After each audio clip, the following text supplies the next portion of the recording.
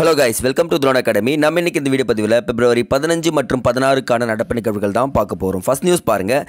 இரு நாட்டு வர்த்தகம் இரட்டிப்பு அப்படின்னு சொல்லியிருக்காங்க. பிரதமர் மோடி வந்து பார்த்திங்கன்னா இப்போ அமெரிக்கா சுற்றுப்பயணம் மேற்கொண்டிருக்காரு. அங்கே ரெண்டு பேருமே வர்த்தகத்தை பற்றி நிறைய பேசியிருக்காங்க. ஸோ நிறைய விஷயங்கள் நடந்திருக்குங்க. பட் அங்கேருந்து நம்ம ஒரு விஷயத்தை பண்ணியிருக்கோம்னா கொள்முதல் பண்ணியிருக்கோம். எதுன்னு பார்த்தீங்கன்னா ராக்கெட் F-35 என்ற போர் விமானம், இந்த கடற்கரை ரோந்து பயணிக்காக பயன்படக்கூடிய ஒரு விமானம் தான் F-35 என்றது. ஸோ நீங்கள் ஜஸ்ட் ஞாபகம் வச்சுங்க, F-35 போர் விமானம் அமெரிக்காவிலிருந்து பெறப்பட்டது அப்படின்னு சொல்லிட்டு தெரிஞ்சுக்கினா போதும். ஸோ அடுத்ததுன்னு கொடுத்துருக்காங்க பாருங்கள்.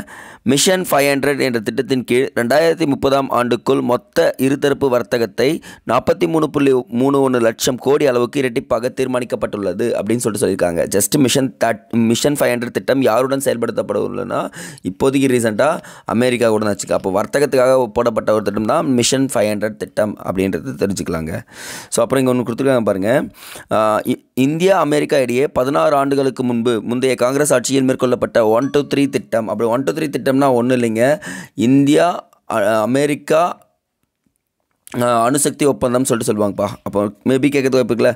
1-2-3 திட்டம் அணுசக்தி ஒப்பந்தம் எந்த நாட்டுடன் தொடர்புடையது அப்படின்னு கேட்டாங்கன்னா அமெரிக்கா நாட்டுடன் தொடர்புடையது. இவங்க போட்டு என்ன பண்ணியிருக்காங்க, அணு ஆற்றல் அணுக்கரை அந்த விஷயங்களை இன்க்ரீஸ் பண்ணணும் அப்படின்றதுக்காக கொண்டு வரப்பட்ட திட்டம் தாங்க.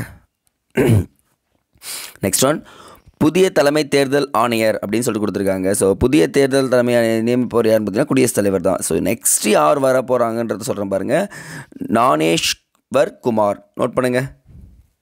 ஸோ அடுத்த தேர்தல் ஆணையர் வந்து பார்த்திங்கன்னா ஞானேஷ்வர் குமார். மேபி இப்போவே நீங்கள் தெரிஞ்சு வச்சுக்கணும். இதெல்லாம் இதுக்கு முன்னாடி இருந்தது ராஜீவ் குமார். சார் என்னங்க சார் குமார்லேயே வருது, ஈஸியாக இருக்குல்ல. குமாரில் வரதால் நமக்கு லாபம் தானே அப்படின்ற மாதிரி. டைரெக்டாக எங்கே போயிடலான்னு பார்த்தீங்கன்னா இன்றைக்கான குரல் போயிடலாங்க. திருக்குறள் பாருங்கள். இன்றைக்கி அரசரை பற்றி கூட்டிருக்காங்க.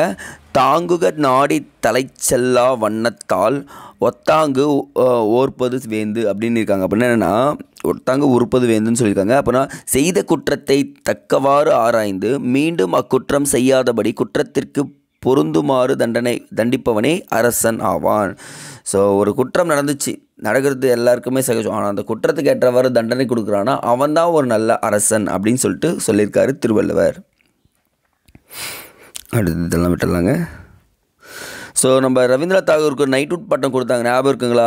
அதே நைட்வுட் பட்டம் திருப்பி கொடுக்கப்பட்டிருக்கு. யாருக்குன்னு பார்த்தீங்கன்னு வச்சுக்கோங்களேன், இங்கே கொடுத்துருக்க பாருங்க. டாடா குழுமம் தலைவர் என் சந்திரனுக்கு பிரிட்டன் நாட்டின் உயிரே விருதுன்னு சொல்கிறாங்க. ஸோ இந்த பட்டத்துக்கு பேர் தான் நைட்வுட்னு சொல்லுவாங்க. இங்கே கொடுத்துருக்காங்க பாருங்க. The most excellence order of the British Empire அப்படின்னு சொல்லியிருக்காங்க. ஸோ இந்த இடத்துல உயிரே விருது யாருக்கு கொடுக்கப்பட்டது அப்படின்னு கேட்குறது வாய்ப்பு இருக்கா பாருங்கள். சந்திரசேகரனுக்கு அப்படின்னு நோட் பண்ணுங்கப்பா. இந்த விருதாங்க நைட்வுட் பட்டம்னு சொல்லுவாங்க. நைட்வுட் பட்டம் அப்படியே மாறிட்டே வந்துருச்சு. அடுத்தது தேசிய விளையாட்டுப் போட்டிகள் நிறைவு.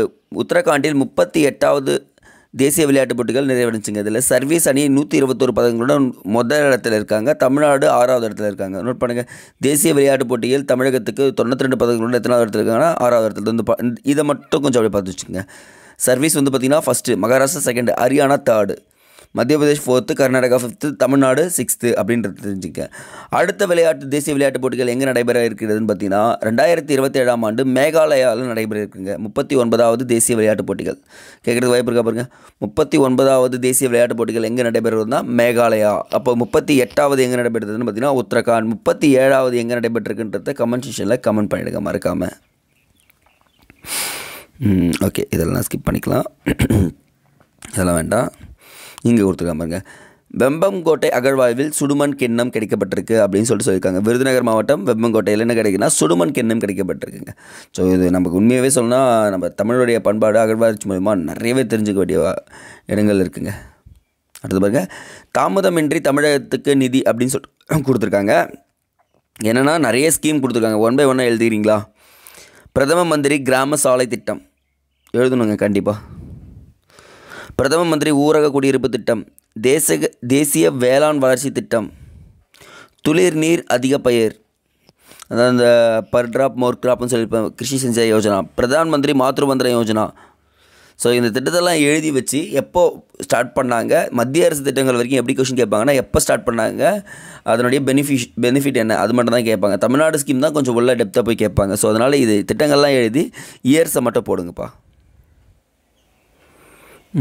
ஐ திங்க் சண்டேன்றதால எப்பவுமே கிரிட்டிக் நியூஸ் அண்ட் நியூஸ் அதிகமாக வரல, ஃபுல்லாகவே வந்து பார்த்திங்கன்னா கிரிட்டிக்காக இருக்குது. ஸோ இதெல்லாம் ஸ்கிப் பண்ணிக்கலாம். ஒரே ஒரு திட்டம் மட்டும்தான் இருக்குன்னு நினைக்கிறேன். எஸ், ஆயுஷ்மான் பாரத் அப்படின்னு சொல்லியிருப்பாங்க. நமக்கு தெரியும் ஆயுஷ்மான் பாரத்தில் 60 லட்சம் கோடி பேருக்கு புற்றுநோய் தொடர்பான சிகிச்சை அப்படின்னு சொல்லியிருக்காங்க. நமக்கு என்னென்னா எப்போ தொடங்கப்பட்டது, 2018ஆம் ஆண்டு ஆயுஷ்மான் பாரத் தொடங்கப்பட்டு. இது மட்டும் தெரிஞ்சுக்கிட்டால் போதுமானதுங்க, வேறு எதுவும் தேவையில்லைங்க. சரி ஓகேங்க, இன்றைக்கி 2 நாள் நியூஸ் பேப்பர் ஃபுல்லாக கவர் பண்ணிட்டோம். டெய்லி கியூஸ் அட்டென்ட் பண்ணிக்கோங்க, நல்லா கவனிச்சிக்கங்க. எக்ஸாம் கிட்ட வருது, கரண்ட் அஃபேர்ஸ் கண்டிப்பாக ரோல் பண்ணோம். நீங்கள் எலிமினேஷன் பண்ணுற அளவுக்கு நமக்கு இங்கே கொடுத்துட்றேங்க. தேங்க்யூ.